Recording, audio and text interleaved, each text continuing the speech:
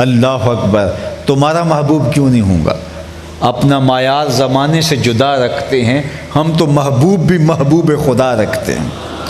کوئی آوارہ شخص ہمارا محبوب تھوڑا ہی ہے کہ جس کا نام لیتے ہوئے بھی شرمندگی ہو، جس کی محبت رسوائیوں کا سبب و ذریعہ بن جائے، جس کی محبت ہمارے لیے ذلت اور نکبت کا سبب بن جائے، ایسی محبت جو ہماری صلاحیتوں کو زنگ آلود کر دے۔ غالب نے کہا تھا عشق نے غالب نکما کر دیا، ورنہ ہم بھی آدمی تھے کام کے۔ وہ کیسا عشق ہے جو اچھے بھلے انسان کو بھی نکما کر کے رکھ دیتا ہے، اس کی صلاحیتیں زنگ آلود کر دیتا ہے۔ لیکن صاحب، جس عشق کی کہانی میں آپ کے سامنے رکھ رہا ہوں، وہ بندے کو نکما نہیں کرتا، بلال کو اوج ثریا کی بلندیوں تک پہنچا دیتا ہے۔ وہ عزت نواز عشق ہے، وہ بندہ نواز عشق ہے، وہ پستیوں سے اٹھا کر کے اوج ثریا کی بلندیوں تک پہنچاتا ہے، اور وہ شان و شوکت کا وارث بناتا ہے، وہ عزتوں کی مسندوں پہ بیٹھاتا ہے۔ اقبال، یہ کس کے عشق کا فیض عام ہے، رومی فنا ہوا حبشی کو دوام ہے۔ یہ بندہ نواز عشق ہے۔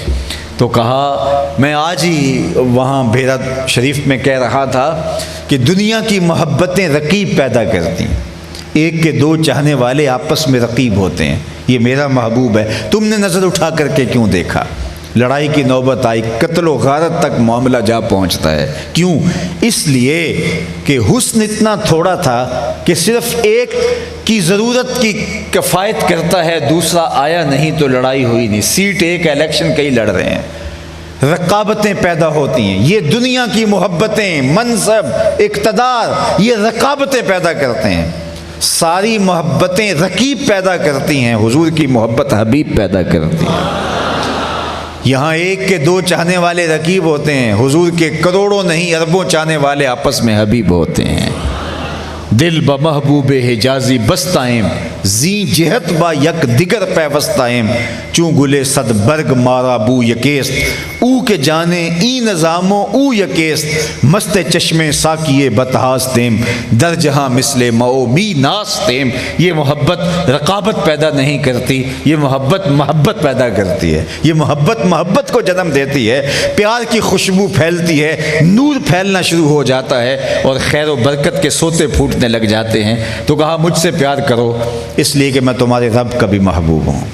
پھر تیسری چیز ارشاد فرمائی، وَأَحِبُّوا أَهْلَ بَيْتِي لِحُبِّي، اور میرے اہل بیت سے میری وجہ سے پیار کرو کہ وہ میرے اہل بیت نبوت ہیں۔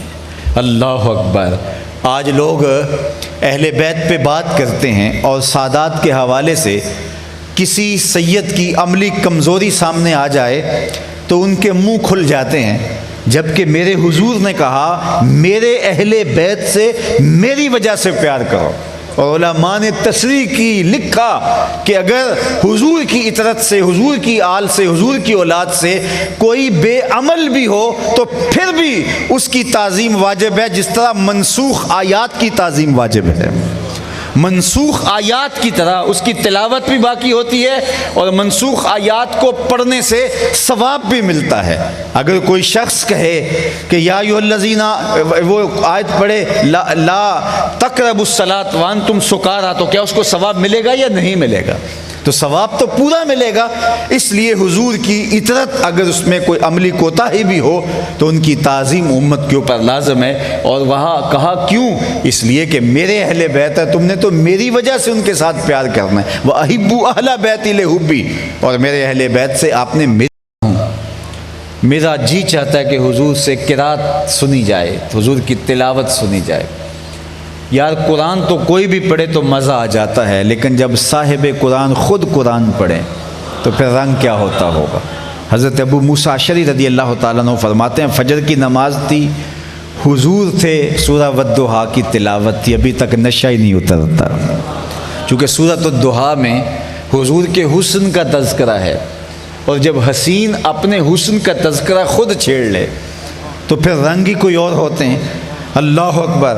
تو کہتے ہیں میں نے ماں سے اجازت لی، ماں نے اجازت دی لیکن ایک شرط پہ کہ حضور کے پیچھے جا کے نماز پڑھنا اور میرے لیے اور اپنے لیے حضور سے مغفرت کی دعا کروانا۔ میں نے کہا کہ یہ وعدہ رہا۔ میں اپنی ماں کی اجازت پا کے حضور کی خدمت میں حاضر ہوا، مغرب کی نماز پڑھی، سلام پھرا تو جلدی سے حضور کی طرف بڑھنا چاہا کہ میں عرض کروں حضور میرے لیے اور میری ماں کے لیے مغفرت کی بخشش کی دعا کر دیجئے تاکہ جو ماں سے وعدہ کیا ہے اس کی تکمیل ہو جائے، لیکن حضور نوافل میں مشغول ہو گئے، آرزو رکھنے کے باوجود آگے نہ بڑھ سکا۔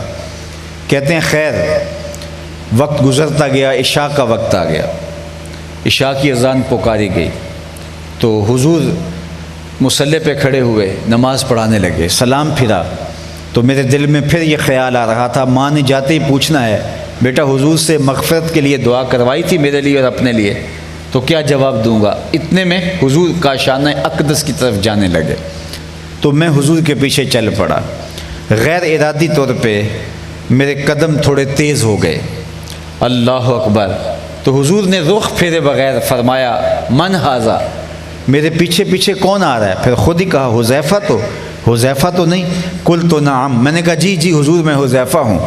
تو آقا کریم نے فرمایا ما حاجتوں کا غفر اللہ لک ولامک، اللہ تجھے بھی بخش دے تیری ماں کو بھی بخش دے، کس کام آئے ہو؟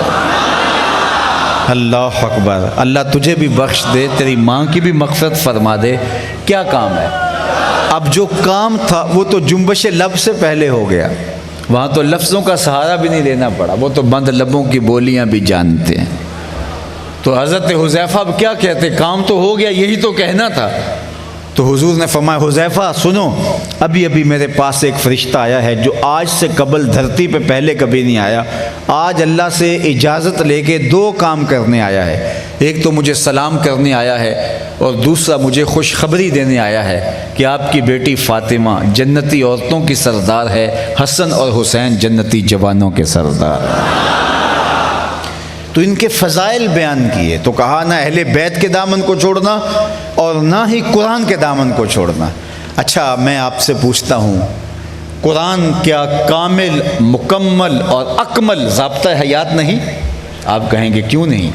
تو پھر جب قرآن مکمل ضابطہ حیات ہے تو پھر اہل بیت کے دامن سے جڑنے کی تلقین کیوں کی گئی؟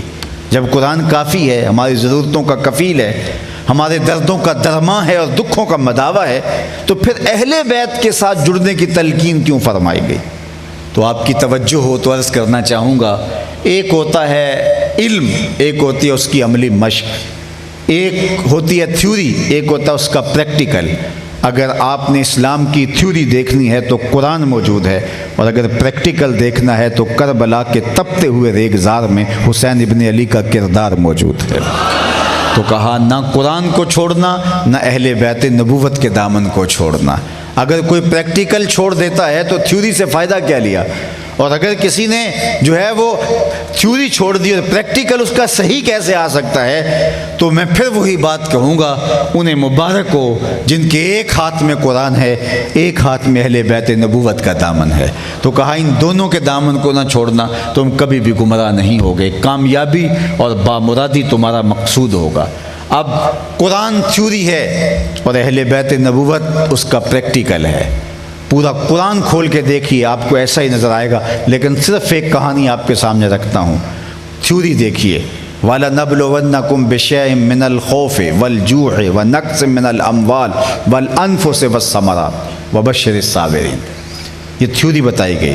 ہم بندوں کو آزماتے ہیں، امتحان لیتے ہیں، بھوک سے، پیاس سے، جانوں مالوں کے ضیاع سے، پھلوں کے لوٹ لینے سے ہم بندوں کے امتحان لیتے ہیں، لیکن میرے ہیں جو اس کے باوجود بھی صبر کر کے دکھاتے ہیں، اور کائنات کی تاریخ اس پہ گواہ ہے۔ اللہ نے بندوں سے امتحان لیے، بھوک کا امتحان لیا، پیاس کا امتحان لیا، مالوں کے ضیاع کا امتحان لیا، جانوں کے ضیاع کا امتحان لیا۔ اس نے پھلوں کو ختم کر کے زندگی کی کمائی اچک لی، اور اس طرح بندوں کے امتحان لیے۔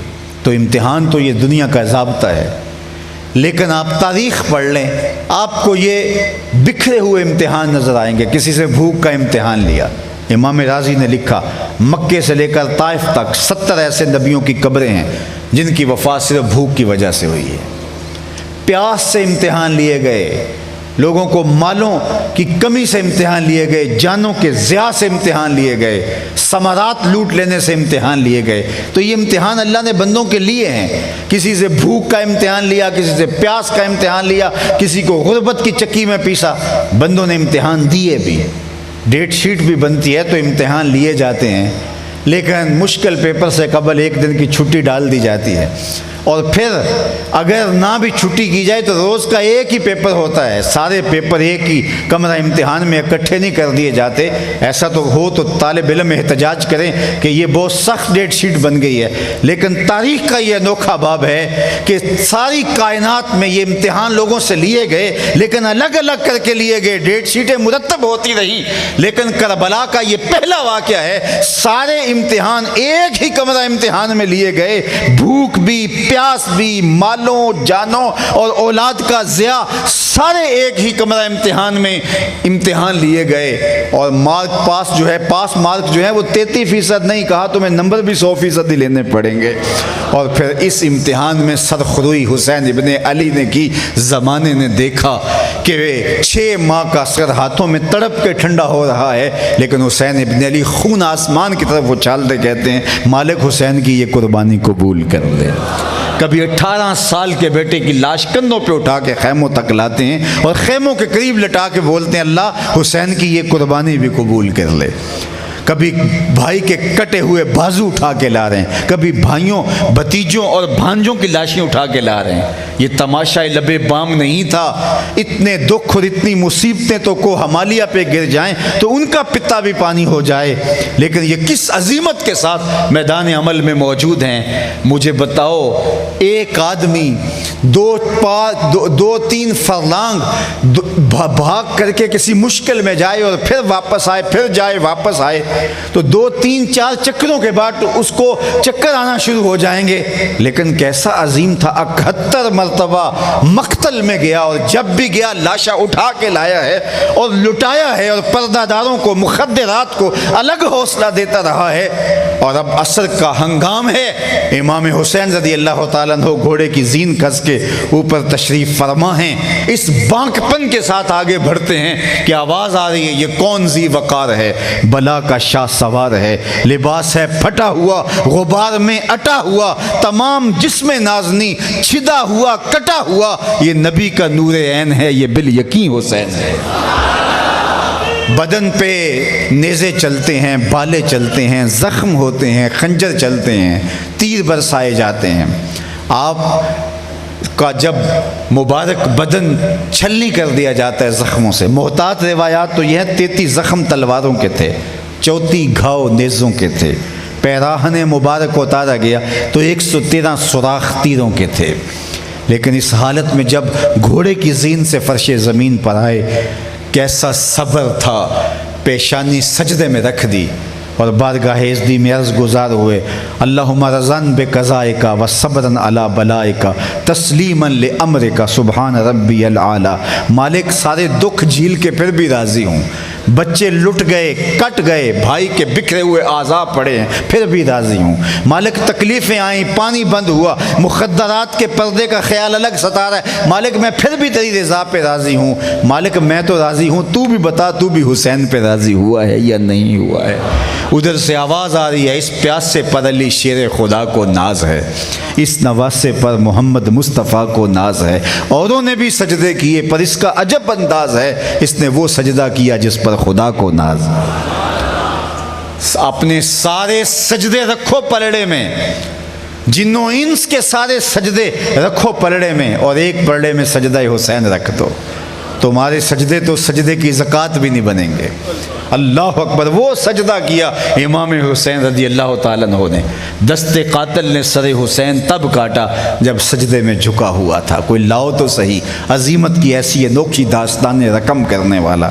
تو اگر تھیوری ہے وَلَنَبْلُوَنَّكُمْ بِشَيْءٍ مِّنَ الْخَوْفِ وَالْجُوعِ وَنَقْصٍ مِّنَ الْأَمْوَالِ وَالْأَنفُسِ وَالثَّمَرَاتِ وَبَشِّرِ الصَّابِرِينَ، اور اگر اس کا پریکٹیکل دیکھنا ہے تو تمہیں کربلا میں آنا پڑے گا۔ جس طرح انوکھی داستانیں رقم کر کے دنیا کے سامنے رکھا کہ حق کے لیے آپ کو کوئی بھی قیمت ادا کرنی پڑے تو اس سے کبھی گریزہ نہ ہونا. تمہارا سر کٹ کے نیزے کی نوک پہ بھی چڑھ جائے لیکن یزیدیوں کی اطاعت قبول نہ کرنا. میں اور آپ دیکھیں کیا آج ہمارے عمل، ہمارے رویے، ہمارا طرز معاشرت یزید کی قربت میں ہے یا امام حسین کی قربت میں ہے؟ جو برائیاں، جو اخلاق رذیلہ اور جو کردار بد یزید کا تھا، کیا میں اور آپ اس کردار کے حامل ہیں یا اس کردار کے حامل ہے جو کردار ہمیں حسین ابن علی نے دیا؟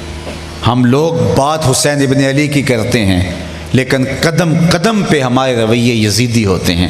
آئیے میں اور آپ آج کے اس اجتماع کے اندر یہ عزم کر کے اٹھیں کہ ہم اپنے آپ کو حضرت امام حسین کے نقوش پا سے نور بخشیں گے اور ان کے طریق کے مطابق زندگی بسر کرنے کا اعادہ کر کے یہاں سے رخصت ہوں گے. ورنہ ہم نام حسین ابن علی کا لیں، نعرے نام حسین ابن علی کے لیں، لیکن کرتوت اور لچھن سارے ہمارے یزید والے ہوں. یزید سے انکار بیعت کیا تو یہی کہا وہ یزید ابن المعاویہ فاسقن فاجر قاتل النفس مولن بالفسق شارب الخمر. یزید شراب پیتا ہے، یزید مسلمانوں کا قاتل ہے، یزید فاسق ہے، یزید فاجر ہے، یزید کھلے بندوں گناہ کرتا ہے، دلیری سے اسے کوئی فکر نہیں ہے.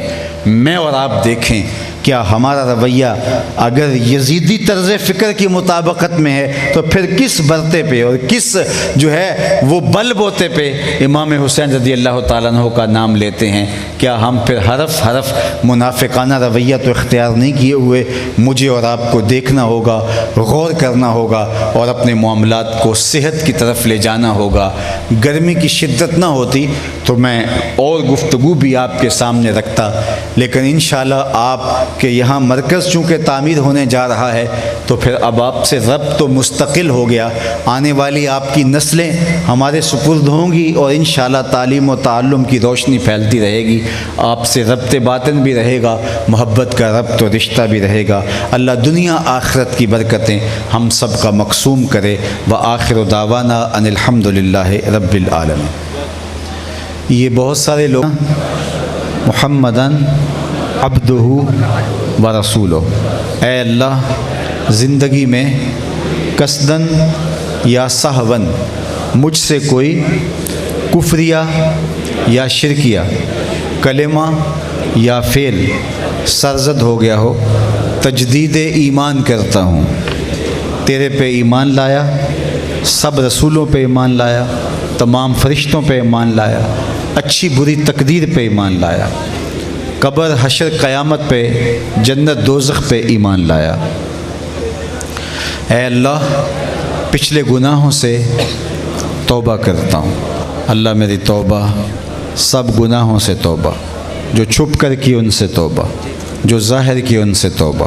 آئندہ عہد کرتا ہوں 5 گانہ نماز، رمضان شریف کے روزے، مال بخشا گیا زکوٰۃ، توفیق ہوئی حج بیت اللہ، والدین کی فرما برداری، رزق حلال کمانا کھانا اختیار کروں گا. تیرے اس بندے سے طریقہ مبارکہ نقش بندیہ میں بیعت ہوا. اس سلسلے کے سارے اسباق قبول کیے. دل پر نقش اسم ذات اللہ اللہ اللہ قبول کیا. آمین بحرمت طٰہٰ و یاسین. الحمدللہ رب العالمین والصلاة والسلام علی اشرف الانبیاء والمرسلین. اللہ اٹھے ہوئے ہاتھ خالی نہ موڑنا، پھیلی ہوئی جھولیاں رحمتوں سے بھر دینا، بخت کی بہاریں نصیب کر دینا، مقدر کی خزائیں رخصت فرمانا. جئیں تو تیرے لیے، مریں تو تیرے دین کے لیے. زندگی